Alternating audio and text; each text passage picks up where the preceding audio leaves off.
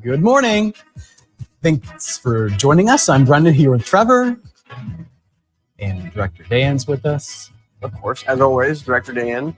And he already has his message up. He's ready. Morning, y'all. At the 313 day, talking about Detroit's area code, perhaps, Dan? Yep, March 13th.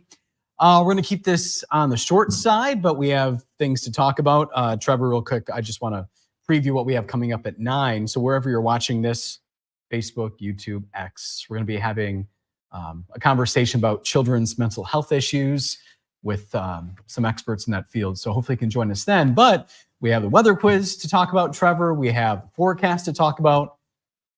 We'll toss things over to you. All right, I guess we'll get started with the weather quiz first, since I have it on screen. The peak, this weather quiz is just a testament to how warm the winter has been. I mean, if we're looking at just the month of February, it's actually been the warmest February ever for pretty much every area. There are some areas that it wasn't quite the warmest, but I mean, if you take an average, it was the warmest February in recorded history for northern Michigan. Peak Great Lakes ice coverage this winter was set on January 22nd. So that was after that 2-week period where we had an actual winter where it was in the teens and we got a bunch of snow. What percentage were the Great Lakes covered with at that time? 9%, 16%, or 22%? And again, this was the peak. So after this, it was not this high at any point throughout the remainder of the winter up to today, like right now. It has not been this high since then. And I mean, you could look already just by looking at those numbers. Those are extraordinarily low for we're talking about Great Lakes ice coverage.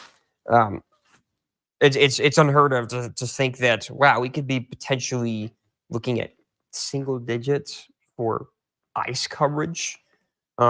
Even at its peak is absurdly low. But again, that's just how warm the winter has been. So we'll let you mull that over. Just kind of think about that, or maybe you might already know the answer. As far as our forecast goes, I'm going to pull up just some storm graphics here on screen. So the remainder of the day looks to be completely sunny. We'll have lots of sunshine today through the afternoon and at least parts of the evening. But as we progress towards sunset time around 5 o'clock onward through the remainder of the night, we'll start seeing increasing clouds, and that is ahead of a system that is going to bring us some rain tomorrow. We do have another system coming this weekend, but that's an entirely separate system that's going to give us entirely separate conditions. This system that we're looking at tomorrow is a system that's coming off the Central Plains that's going to pass mostly to our south, but us being obviously north of that, we're going to see some rain. So this is tomorrow morning. So if you tune in tomorrow morning, we might actually be tracking some of these, depending on how fast the system moves up to us at that time. We very likely be tracking some showers tomorrow morning as you head to work. But as we progress throughout the remainder of the day, through the morning and early afternoon, so here's a look at like the middle of the afternoon. We start to see some rain heading up to us in the northern lower, and we'll be in basically full on rain mode by the evening tomorrow. So that's around 6 o'clock tomorrow. So definitely some rain in store for tomorrow. Majority of this, if there's any heavy rain, majority of that's going to be south. So people living up really far up north, like in the eastern upper or along the straits, along the Mitt. If you do get rain, it probably won't be much. Same for us here in Traverse City. At the moment, I'm not expecting any more than maybe 0.2 inches at most in Traverse City with this system. Majority of that rain is going to be down south. And then that will head out by the end of the night. So as we progress into Friday morning, as quickly as it got here, it's going to be gone. And then I'm just going to pull up the 7-day to talk about the next system after that, which is a completely separate system. This one's not going to come off the Central Plains, off the Rockies. This one's actually coming off of Canada. It's one we call an Alberta Clipper. If you watch a lot of Joe's weathercasts, he always names them that because that's what they are. They form off of the Rockies in Alberta, and then they come off of Canada, and they're typically associated with a plunge of cooler air and a lot of times snow, because they usually give us lake effect snow, which a spoiler alert, that's what it's going to give us. We're going to get a plunge of colder air. You can tell just by looking at Sunday and Monday, that's temperatures. Sunday is right around average. Monday, we're actually going to be a little bit cooler than average on Monday, and we'll get some snow showers in the form of lake effect snow showers throughout the day. Out at the moment, we're expecting about 3 to 6 inches as an average, but we're still quite a few days out, so it's hard to say for sure to get like a super accurate count of exactly how much. As I always say, and as Joe and all meteorologists up here in Michigan always say, that locally higher amounts are possible. At the moment, I'm not really expecting like a foot or anything like that, but I mean, it could be possible depending on the strength of the system and how much the lake effect snow wants to pile up. But about 3 to 6 inches as an average is what we're looking at for right now. So that's pretty much the forecast summed up. So I think just for time's sake, because I know we're going to be a little short today, I'll turn things back over to the weather quiz. Okay. What are people saying, Brendan? All right. We'll get right to the comments here. We got Christopher chiming in. It's 50. And it's partly cloudy, downstate Farmington Hills. Thank you for that, Christopher. Joel's watching as well from the Pleasanton Patriots pub. It's 30 degrees. It's sunny. Cutting firewood again today is what Joel's doing. We have people saying hi to Dan, Director Dan as well. Paul's saying good morning from Rogers City. Paula, I love when they're back to back, Paul and Paula. Good morning from Boyne Falls, she says, 27 degrees and very sunny. Susan Lash Sims watching again from Kalkaska. It's sunny. It's 33 there. Lou is watching, saying good morning to all there. Have a great day. Hi, Jackie. She's chiming in. She said, when I got up, it was 30 in Kalkaska, lots of frost, and is hoping everybody has a great day, and specifically asking how Christopher is doing this morning. Our friend and coworker, another Trevor Drew, is saying good morning with 2 exclamation marks. Seth is watching from a sunny Petoskey. Joel's guessing 9%. As is Jackie. Susan Lash Sims guessing 16. Christopher's guessing 9. Jackie's guessing 9. Paul is guessing 9. It's 29 degrees in Nancy. Thanks for that. She's guessing 9%. Paula's guessing 16. And here I need to have Trevor read this one. Hold on. Is it a special note? It's a special note. It's a special note. It's my dad. Either that or it's my, no, never mind. It's my mom on my dad's Facebook.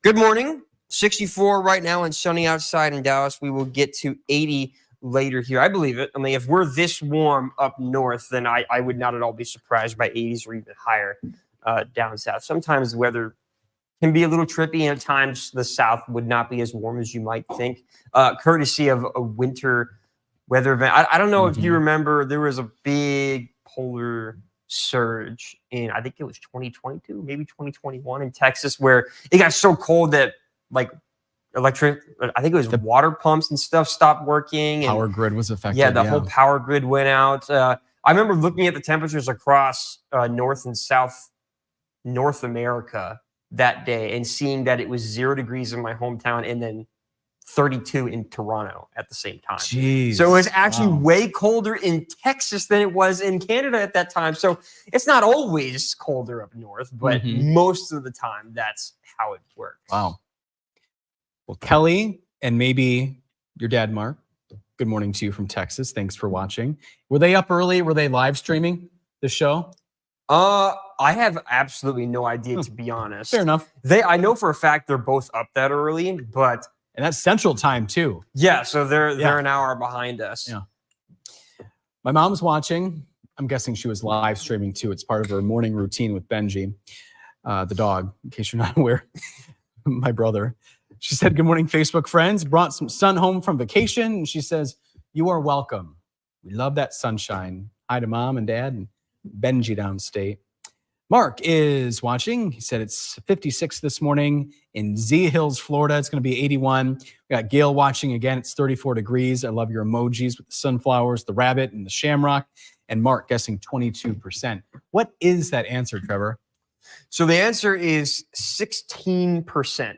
So again, this was the peak. This was the highest in terms of percentage. This was the highest percentage that we had of ice coverage over the Great Lakes over the course of the entire winter up to this day. So where are we at now? We're 1.2% ice coverage. Wow.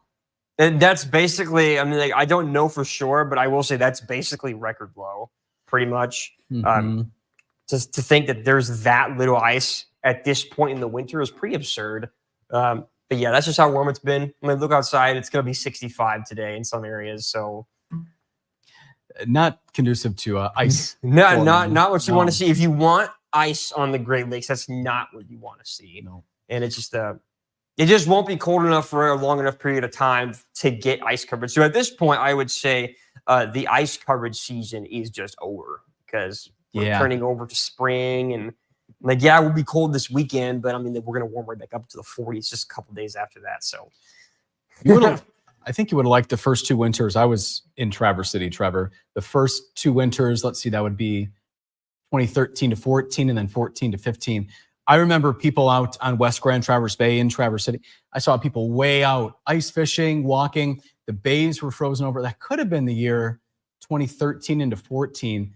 It was somewhere in the 90s, I believe, 90% ice coverage, Trevor. Wow. Yeah, nothing like this year. Oh, yeah, complete opposite. Complete opposite. Yeah, I've been told that, like, usually around, like, early to mid-January, you already have enough ice coverage along the bay here. And it's thick enough that if we have, like, a normal winter or a cold winter, even that you could, by as early as mid to late January, you could walk out to Power Island just on ice. You haven't been able to do that a single time this year because it's been water the whole time and not ice. We have your dad. Well, it's under your dad's name, but just says good morning all. So I'm not sure if your mom's just saying hi again. It's probably my mom. I'm pretty sure my dad's working. Yeah. Maybe he's taking a little break. Wait, watching his son. 7:35. I have no idea if he might be driving to work. Actually, I'm not sure. Maybe he's in traffic in Dallas. I don't actually know my dad's. I know where he works and what he does, but I've never actually known his schedule because usually he's out of the house by the time that I get out of bed. Oh, okay. I have no idea when he actually works. Yeah, he might be in traffic in downtown Dallas right now, or somewhere close to that. Maybe. Which Dallas traffic is ridiculous, by the way. It's a big city, and then you got horrible. Fort Worth right there. Horrible. Yeah. All right, we just have to get through a few more comments. And in case you're just tuning in, I'll explain why we have to end a little early today. Susan Lash Sims holding herself accountable, 2 for 2. Oh, and if you get those standings queued up, Dan, please and thank you. Pat, we'll just want to do those now, Trevor. I can see why Director Dan wants to show these. He's so eager. Yeah. He's 2 for 2. Nice job, Dan. I'm 1 for 2. Producer Sarah, 1 for 2. And then our Facebook viewers. Better luck tomorrow. Is that safe to say, Trevor? Better luck tomorrow. Yeah. We'll have a weather quiz every single day. We do. Christopher is 0 for 2. Daniel's watching from North Dakota, 16 second lowest. So I'm guessing that was his guess. Joel's 0 for 2. Jackie's 0 for 2. Susie Q is reporting temperatures in the 80s today down south in Florida. Just have a great day, everybody. And miss the question. Well, there it is for you, Susie Q. And okay, we are confirming then, yes, your dad is watching. He goes, it's dad, just got to work. He just got there. Okay. Just got to work at 7:49 Central Time. Around 7:40-ish. And then we get, I love this. So under your dad's account, Kelly in parentheses, we did watch live. Dad starts working at 9 a.m. your time, so he hasn't quite started yet, but he is at work. I love how we're getting the message to Trevor here now in the digital studio. So you start work at 10, but get to work at 7:30? Oh, and Dan said, you're all winners to me. That's a good one. So now Trevor's aware of his father's schedule, and maybe we'll learn something new. And I've also been enlightened. I've been told now that they get up early enough to watch us. So that's a huge thanks to them. If I wasn't working, I don't think I'd be up this early to watch. I don't blame you. I'm not even a morning person, but I love the morning show, which is kind of odd. But I've never been a morning. It's more like, I'll get up at show. 8, 9, 10 o'clock. That's when I like to wake up. I think I'd have to agree with you that I not necessarily a morning person, but I do like the morning show. It's good pacing. It keeps me on my feet. Yep. And I get home and I just know that I know that I worked today. It feels good. Yeah. Well, we are at 8:50, which is when I told our friends part of the next digital studio segment to tune in. So we got to go. You can tune in 10 minutes, and we're going to be talking about children's mental health issues and some experts behind that. So tune in 10 minutes, and we'll get you the information. You can also ask questions and things like that. So thanks for joining us on this Wednesday. We'll see you tomorrow.